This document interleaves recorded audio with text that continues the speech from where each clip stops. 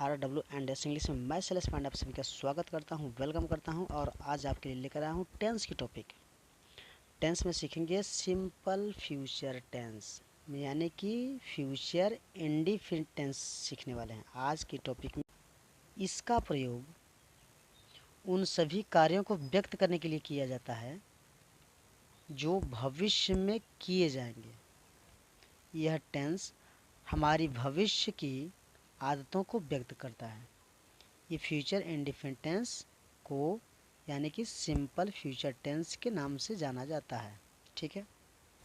अब future indefinite tense के हिंदी वाक्यों के अंत में गा, गे, गी आदि शब्द का प्रयोग होता है। जैसे मैं कल मथुरा जाऊंगा, रजनी शाम को गाना गाएगी, रेस 2 घंटे में शुरू होगी, वे थोड़ी देर में आएंगे, फिल्म अगले सप्ताह रिलीज होगी। इन शब्दों के लास्ट इन वाक्यों के लास्ट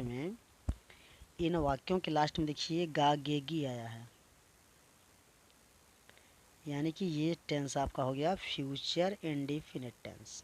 अभी तक मैंने फ्यूचर इंडेफिनिट टेंस क्या होता है, उसकी पहचान क्या होती है वो सीखा है। उसके आगे देखते हैं। इसमें सबसे पहले अफर्मेटिव सेंटेंस को देखेंगे। अफर्मेटिव सेंटेंस किस तरह के होते हैं और कैसे बनते हैं। चलिए, अफर्मेटिव सेंटेंस में इस टेंस के हिंदी वाक्यों को अंग्रेजी में बदलने के लिए सब्जेक्ट के बाद विल और वर्ब की फर्स्ट फॉर्म के बाद ऑब्जेक्ट आता है। फार्मूला में सबसे पहले आपको सब्जेक्ट लगाना है, उसके बाद विल सहायक क्रिया लगाना है। सभी सब्जेक्ट साथ विल लगाएंगे। ठीक है।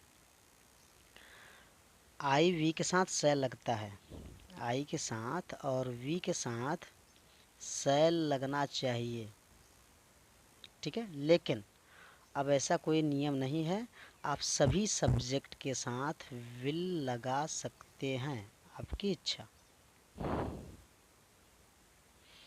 सबसे पहले सब्जेक्ट लगाना है, उसके बाद विल लगाना है, उसके बाद वर्ब की फर्स्ट फॉर्म और लास्ट में लगा देना है ऑब्जेक्ट। एग्जाम्पल देखिए, छात्र यहाँ आएंगे, तो छात्र एक से ज़्यादा हैं इसलिए स्टूडेंट्स हो जाएगा। इसके साथ विल लगाएंगे, देखिए विल हो गया। वर्ब की फर्स्ट फॉर्म यहाँ होगी कम और ऑब्जेक्ट हो गया here. Students will come here.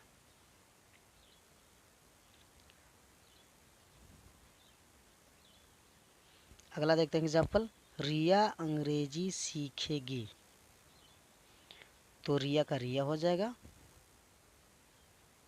Will learn English.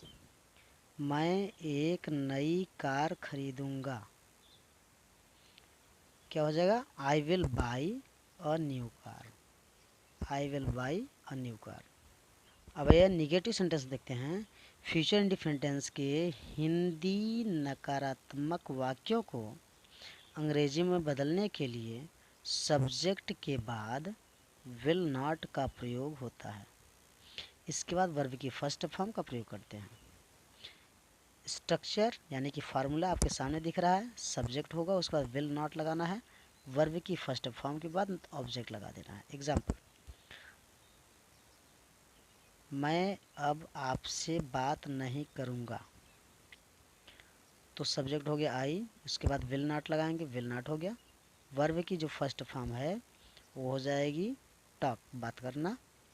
Object हो जाएगा to you any more, other word हो गए। ठीक है। अगला एग्जाम्पल है, वह आपकी मदद नहीं करेगा, he will not help you.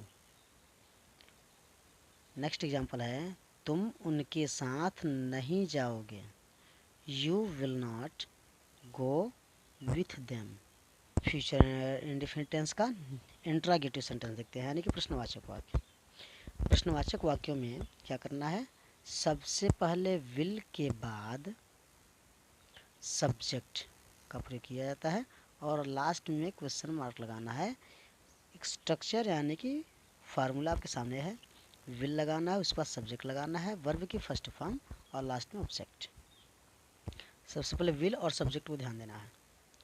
Example हो जाएगा, क्या मैं आपसे बात करूँगा, तो विल लग गया, उसके बाद सब्जेक्ट हो गया आई, उसके बाद वर्ब की first form talk, will I talk, object हो गया टू यू।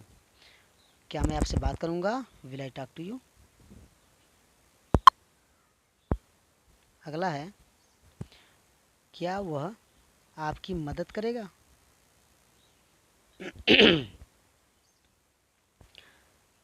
क्या वह आपकी मदद करेगा, will he help you, will he help you. अगला है, क्या तुम उनके साथ जाओगे, क्या तुम उनके साथ जाओगे, will you go with them, will you go with them.